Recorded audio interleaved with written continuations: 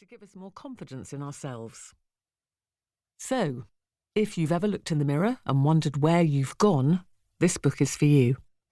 If you've ever carried the weight of failure and imposter syndrome, then this book is for you. If you've ever wondered, what if, this book might be for you. If you've ever felt the tug between your parents, your children, your career, your partner, and your own space, I think this book is for you.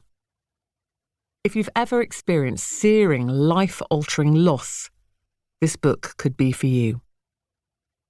If you've ever stood in your knickers, holding a top in one hand and your will to live in the other, wondering what the hell to wear, oh, this book is definitely for you.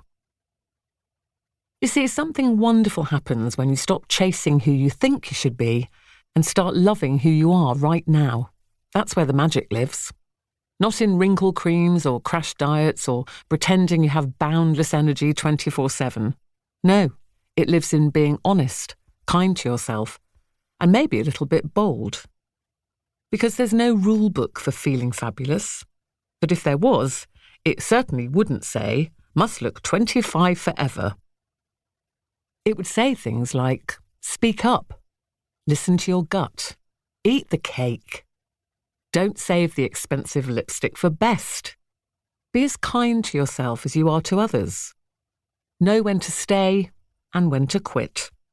Say no without apology and yes without guilt. Surround yourself with people who lift your spirit rather than crush it. Feeling fabulous doesn't just cover the physical aspects of my life, it's the emotional ones too. The stuff that digs deeper than a good haircut and a fresh manicure. It goes beyond a nice pair of boots and a stylish handbag.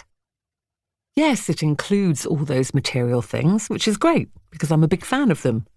But it also considers the more intangible elements that make me feel good, like having a sense of purpose, spending time with family and friends, practicing gratitude every day, and accepting myself for who the hell I am.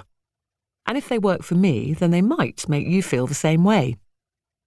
We may have different desires and dreams, but we're all after the same goal of happiness and contentment and a bloody good pair of jeans. One of the reasons I wrote Feeling Fabulous was that in all my chats with women over the years, in TV studios, at events, during a food shop, on social media, and with my friends, one thing kept coming up. So many of us spend our midlife playing small, putting others first, saying, I'm fine, when we're anything but. And I just thought, enough is enough. It's our time. Not in a selfish, throw our toys out of the pram kind of way, but in a joyful, fantastic, arms spread wide way. I don't just want to be okay or fine or to bob along in life. I want the full adventure, which I know means embracing change and the lows as well as the highs. Because the lows I've experienced have also shown me where hope lies, like battling through a rainstorm and then following a rainbow to a pot of gold.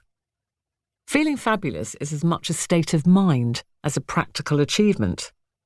In fact, it's mostly about how we view ourselves. It's not just about finding the perfect lipstick, although that is still a quest of mine. It encapsulates strength, courage, confidence, humour, resilience, faith, and acceptance. I realise that this is easier said than done, particularly in the face of the most difficult times, like divorce, illness, and loss. But I've learned a lot as I've navigated those terrible periods. It may sound like a cliché, but a positive mental attitude goes an awfully long way. It's been a sanity saver for me. So too does knowing that I'm not alone and that there are countless others who've been through the worst and come out the other side, into the warmth of the sun. By recounting key stories in my life, from childhood all the way through to my mid-60s, I can share some of the lessons I've learned. I look at my nomadic childhood, my rebellious teenage years, the way I fell into a job that became my career, my approach to motherhood and the empty nest, the end of things like relationships, and finding a new surprising string to my bow later in life. Here is the last. To keep listening to this audiobook, I've left you a link in the description so you can do it at no cost thanks to Audible's 30-day free trial.